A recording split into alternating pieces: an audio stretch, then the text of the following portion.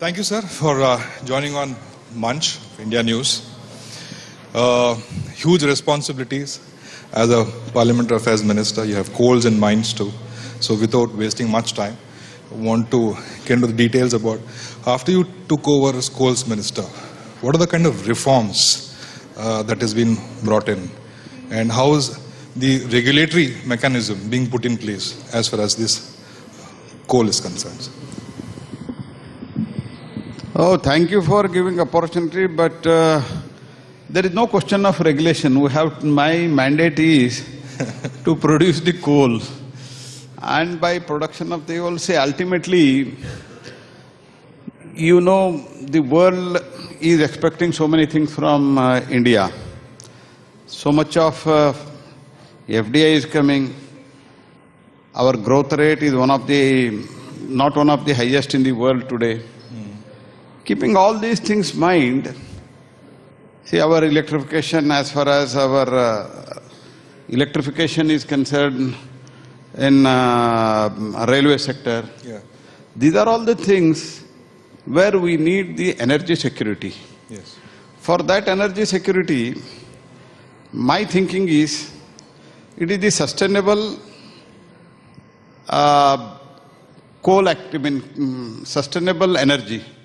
That in that sustainable energy, by using the coal, how we should balance it.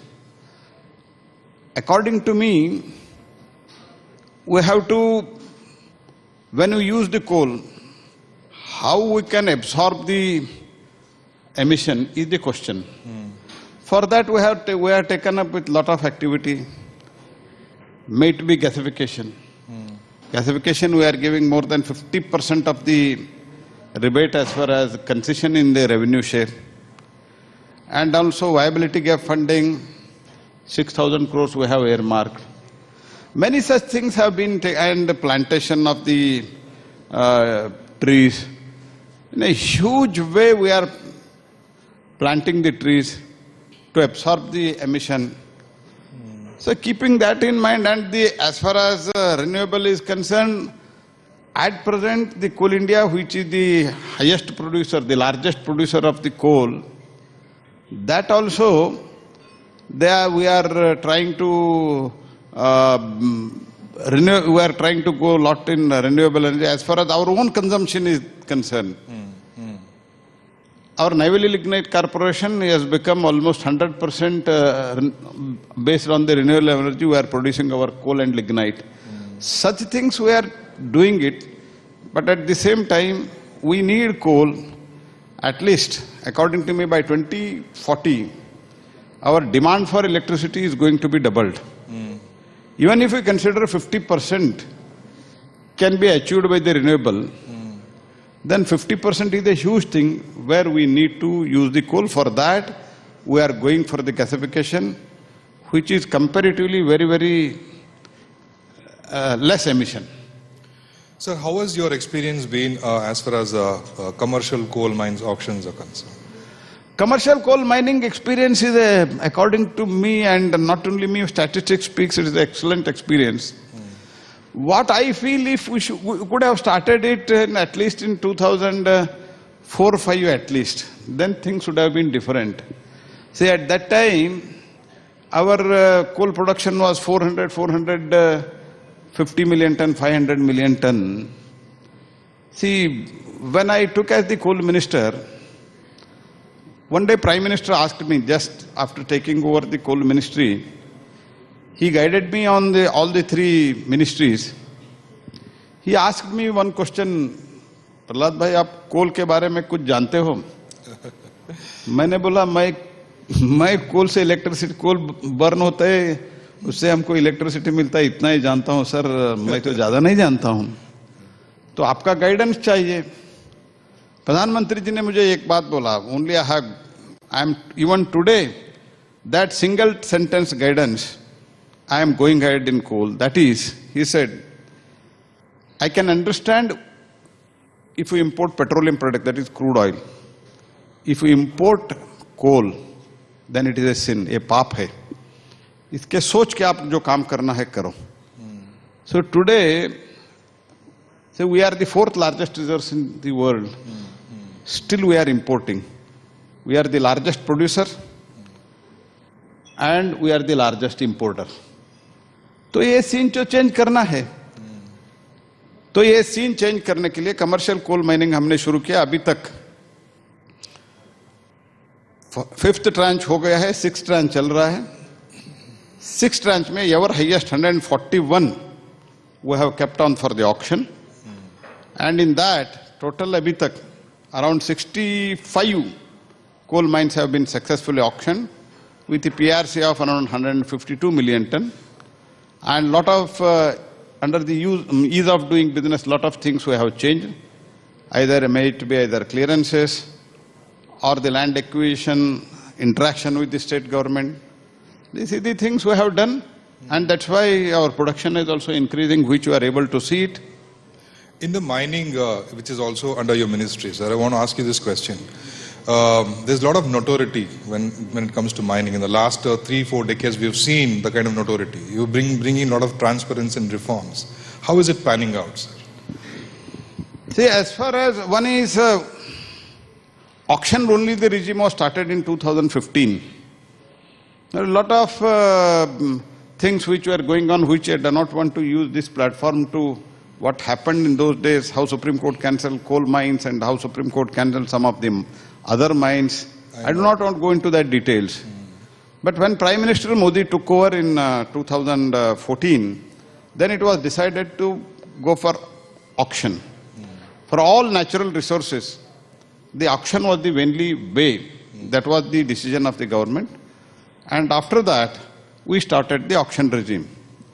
But then also, because of some court orders, and that was our initial experience, there were some, even in the auction regime, when we brought the most transparent auction regime, there were some issues, there were some hindrances.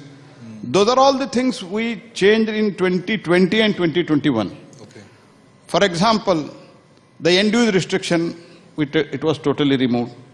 Captive and merchant, we have removed. And exploration was even today it is an issue, but comparatively we have changed the norms of exploration. And we are giving composite license. In composite license, we have kept an exit route. By that, many people are able to participate in the auction.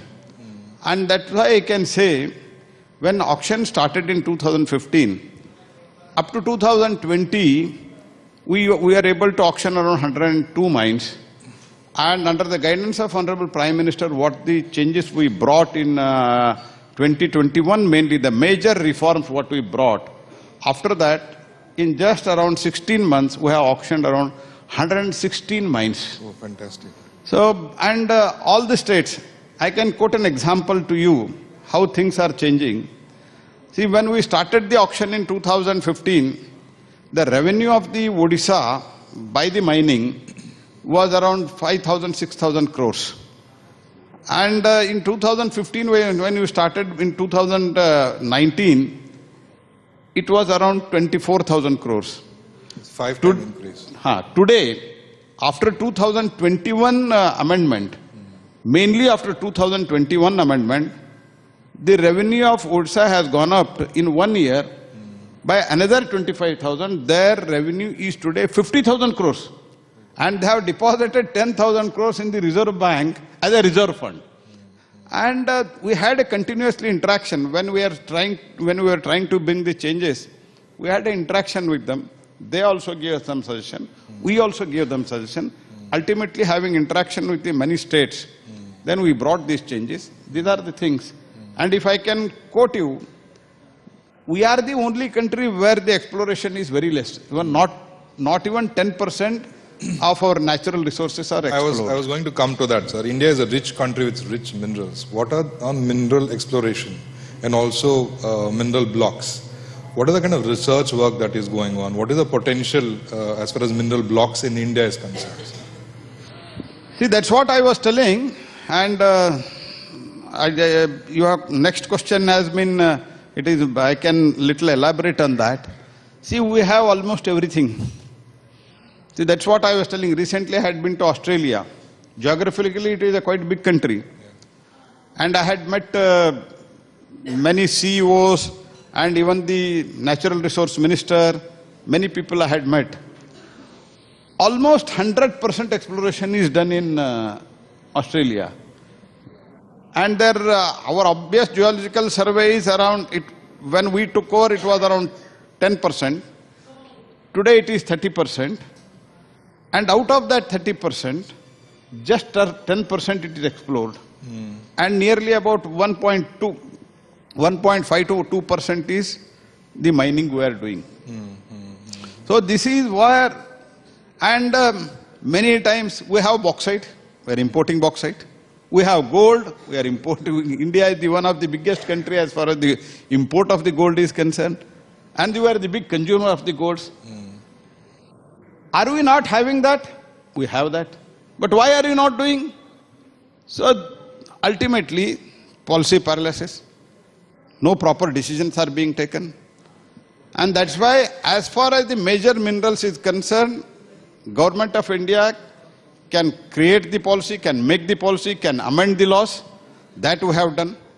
And as far as the states, which are progressive states, which are interested in their own revenue, we are continuously talking to them, we are interacting with them. I had many meetings with the Chief Minister of Odisha.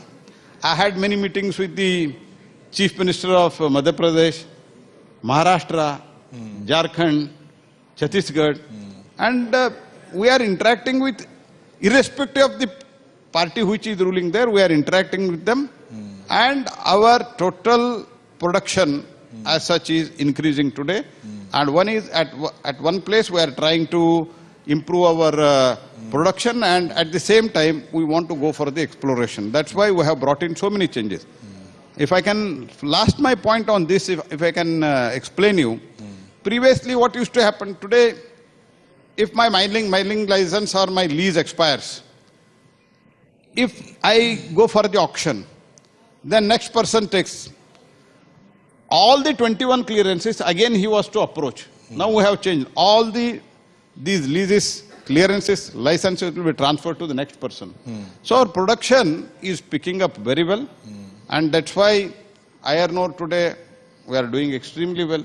And as far as other deep-seated minerals are concerned, we are working it out. Our work has already started. And very shortly, we are going to see the result. So my next question is a little offbeat, but it's got some serious connotation too. KGF 1 was a big hit, blockbuster movie. KGF 2 was a bigger hit. We saw KGF 1, Champion Reef, BGML making some money. Is there any hope for KGF? Now, There are a lot of applications have come. See, KGF 1 is the lumps which are lying there. That auction process we have already begun. But remaining things, we have advised the state government to come out with because the KGF, that is Kolar Goldfield Mines, we are talking. Yes, Champion Reef, yes. In Kolar, that mining license and mining lease, everything has expired now. Yes. See, under the federal structure, other than coal, all the auction has to be done by the state government. Of course, we have power. We have taken the power where the state government doesn't go for the auction. There we can do the auction, but we are not doing it. But ultimately, the state government, without the cooperation of the state government, we can't do anything. We have advised the state to go for the auction. That remaining process for that, all those things, we are discussing with the state of Karnataka. Sir, another important ministry is parliamentary affairs. We have seen how the BJP, especially under Modi, has been very regimental, and you run the house. What is the kind of conversations that happen between you and your boss? What are the lines that you take, and how do you get your members to attend sessions? Can you throw some light? Because people want to know, under the Modi regime, how is it regimental to run the parliament, to run the house? See, one is, as far as parliament is concerned, of course, with the support and the guidance of speaker and the chairman, one thing we have done is, there are so many new members both in Lok Sabha and Raj Sabha. So we are trying to create interest by making them to participate in the process, that is in the discussion. So we try to identify. Prime Minister has given us to me, and he has given a direction to me and made a request to chairman and speaker, you should identify the people, because some of the people come from the rural background, some of them do not have the exposure of speaking in front of so many big leaders. So what Prime Minister has told us is, try to identify people who are not participating in the discussion, make them to talk, encourage them, try to infuse the courage in them. So this is one thing we are doing. Second thing, overall, the material what they need to speak, since we are in government, what is our positive achievement, positive development, we are creating small groups and distributing. For example, what has happened in my ministry, I will give it to some of the MPs. These are the achievements. For example, just to tell you, the total coal production in 2014, it was 500 odd. Today it is 900 odd. How we have brought in this change? These achievements, we will try to circulate them. They will also feel confidence. Under the Modi government, the things are being changed, so that we are able to make them to understand, and they are participating in the discussion. And I can say, when I became the MP in the first time, I got the opportunity to speak in the 0 hour after almost 2 years. Every day I was trying, of course, but I got the opportunity after 2 years. But now, what we are doing, we are trying to pick up the person, pick up the MP who has not spoken even once, and we are trying to tell him, you have to speak. तो कभी-कभी बोलता है, नहीं, मैं ही होगा. तब हम बोलते हैं, आप कहाँ से हैं? आप महाराष्ट्र से हैं, मराठी में बोलो. आप ओडिशा से हैं, ओडिया बोलो. ये भी हम encouragement कर रहे हैं. This is what Modi ji has told, make them to speak in their own language. So every language has got its own importance. And its own beauty. And there is a translation system is available. This is what Prime Minister Modi has guided us. The state from where you come, Karnataka, going into elections 2024, this is a different election for BJP. We have seen a regime of Yediyurappa.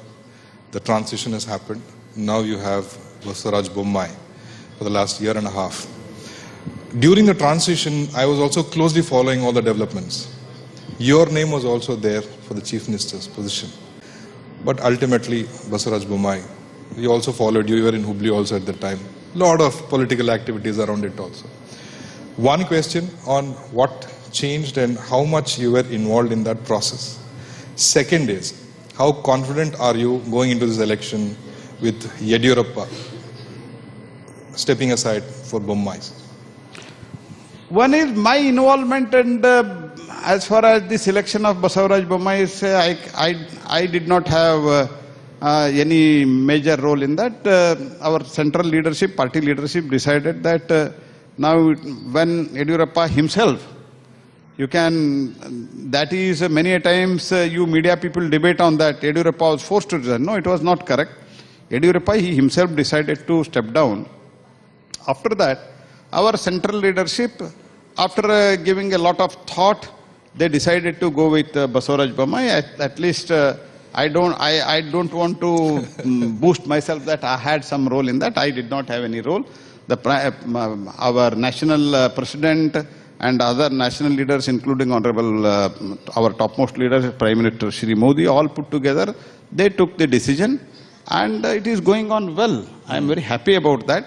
Basavaraj Bommai is performing well, and not only that, so many changes, so many policy reforms also he has brought, because he himself is a technocrat, he is a technical graduate, he is a Bachelor of Engineering, yes, and have a lot of experience as far as the administration is concerned, from the days of his father as a Chief Minister. True. And I am quite confident we are doing extremely well, and we will come back to power in Karnataka with a resounding victory. So, I want to ask you this because a very important election. After Gujarat, the focus will be in Karnataka. Are we expecting some kind of booster dose to Karnataka? There are constant talks of some changes, some surgical strikes that will happen in Karnataka state politics as well BJP is concerned. And the Congress also, on the other hand, they are going to town saying that there is a wave and there is a anti-incumbency against BJP. How do you see all these things pan out? See, except having some political activity by the state Congress, I don't see much hope or much enthusiasm in Congress. Because of the very heavy infight in the Congress, is also another reason. That's a different part. I don't want to go into that details. Sir. But the same thing they were telling in Gujarat, the same thing they were telling in Uttar Pradesh, and I was in charge of Uttarakhand. There also they were telling the same thing. So I don't think Congress party, under the present leadership, they will not be able to do anything. And I can say, because of our performance, because of our pro-people decision, we will be definitely back with a, as I already said, with a more resounding victory. When is Modi Saab landing in Karnataka, sir? When is the Blitzkrieg going to happen in Karnataka state? Any specific strategy? No, there are so many programs. As of now, if I can say, on 12th of, before to that also, there are some program which I am not able to announce it. But 12th of January, he is coming to my constituency for the youth festival, which is being held on the birthday of Shri Swami Vivekananda. On that day he is coming, and there will be huge gathering there. And so many other programs are there, we have already chalked out. And he is also coming, Shri Amit Shah is coming, and Shri J.P. Nadda ji is coming. There are so many leaders, they are coming. And activities, naturally when election comes, there will be activity. Yes. That activity we have already planned, and it's going to be worked out well. Thank you so much, sir, for taking out time and joining this month. Thank you so much. Thank you.